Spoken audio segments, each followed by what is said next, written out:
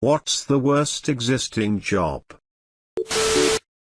On a serious note, the guy who has to watch child porn to actually verify it as such. Yeah.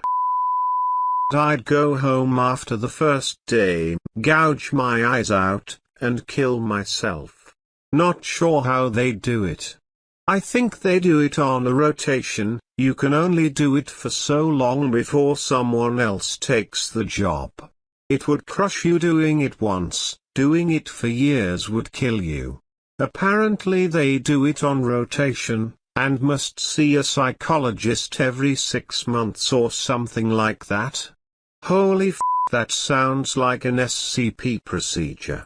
My mom worked at a lawyer's office as a legal assistant and often helped him prepare stuff for cases. One of the cases he had to do with someone on trial for child pornography. I'm not entirely sure what she had to do, but it involved her going through a lot of child porn to prepare the case. She said it was quite disturbing. That's really sad.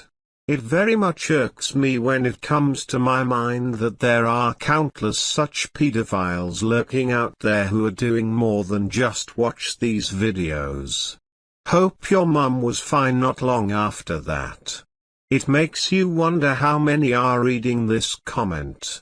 F*** you pedos. My cousin interned for the D and she had to sell child porn online. Part of the job included having to watch it. I read an article somewhere saying that this is more or less the first 3 years of your job when you become a computer forensics specialist. Until you branch out and start catching terrorists and hackers. You're unlocking hidden drives of child porn on people who are collectors, distributors, manufacturers, and then watching the thousands of videos they have cached. Checking abandoned houses in Detroit for occupancy and condition. During the worst of the recent recession. Live in Michigan, have a friend who does that. He says the houses are either empty or have passed out dead junkies in them. There's also the occasional homeless person or runaway. The people that have to clean up crime scenes, places people have died. I almost got a job doing that. $16 hour with terrible benefits. No health insurance. Was told the worst case they had 3 months earlier was when a morbidly obese work-from-home computer programmer died in his home and wasn't discovered for 5 months. They needed shovels to get him out. Every window was covered in flies and he had leaked into the subflooring, so that had to be replaced as well. They did restoration too. A literal job you could acquire PTSD from doing and no health benefits. Beyond Not to mention you're literally handling dead matter, which I would guess can easily make you sick. It's like they don't want people to work in it.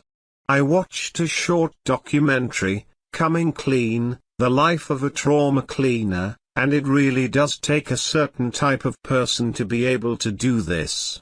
The owner, Sandra, loves her job and company BC. She was extremely troubled growing up and it became her life's mission to help others. Would recommend it, on YouTube. I know someone who did that for work. He told me that once he had a suicide by train case that he was cleaning up when the dead man's widowed wife showed up and started cursing out her dead husband and the cleaning crew because she was mad that he killed himself. Not quite cleaning up, but I have a book written by a death investigator in the 80s that goes into great and graphic detail about the things he's seen. All sorts of horrific pictures and stories, but the two that stand out is a fetus in a bin and him walking into a room and immediately slipping and landing in the gunk and decaying flesh from a body that had gone undiscovered. He also said he doesn't know a single person who does that job, himself included, that isn't totally reliant on alcohol to sleep. Edit, the book is called Blood Beneath My Feet, The Journey of a Southern Death Investigator by Joseph Scott Morgan. Underwater welder. The pay's great but the mortality rate is 40x higher than anything. Look up Delta P. It's a horrific thing to think that can happen suddenly without warning. Delta P ain't no joke. It's what caused the death of Eugene Krabs while he was on a stroll. SpongeBob is cancelled. I knew an old guy, currently a mechanic, who did this back in his younger days. He told me he enjoyed it and said it was great pay. He said you're only allowed to do it for so many years and after that you can't do it any longer, which is why he ended up being a mechanic. Yeah, they're like boxers. They can only go so long in a career cause it's so damaging their life long term. But you can make six figures, yay, you can, but welders tend to catch cancer if they aren't rigorous about PASes, no need to add to that. There's a reason why they pay that much money. The video of that crab demonstrating this effect will haunt me for years. Air traffic control. I've heard it's the most stressful job in the world, surpassing even top-level government jobs such as the presidency. Mad props to those workers. It's not so much because planes are constantly almost crashing into one another. TSS and altitude protocols are very reliable. Every ATC worker could go take a smoke break and the planes would probably stay up in the air just fine. The stressful part is that busy airports run at 105% capacity 14 hours a day, 365 days a year. To maximize profits, they book traffic volume at the maximum possible under ideal conditions. If every plane hits its exact slot with no weather issues or takeoff delays. So every single day turns into a There's always a thunderstorm somewhere. By 9 a.m., the planes start backing up, and they never stop. Minor delays on the other side of the country ripple through the system and make the situation worse. By lunch, every single person you speak to is pissed off and overwhelmed. And tomorrow will be the same shit show. I knew a flight controller. Super hardcore job, but the incomes are crazy. How crazy? Asking as a kid going to college with no idea of what he wants his future to he. Not crazy enough. I was an air traffic controller with the USAF. It's too much, boss. Get a degree in business. And if you f up, you could have two planes collide over Albuquerque. As long as it is over Albuquerque it's okay. As it is my job.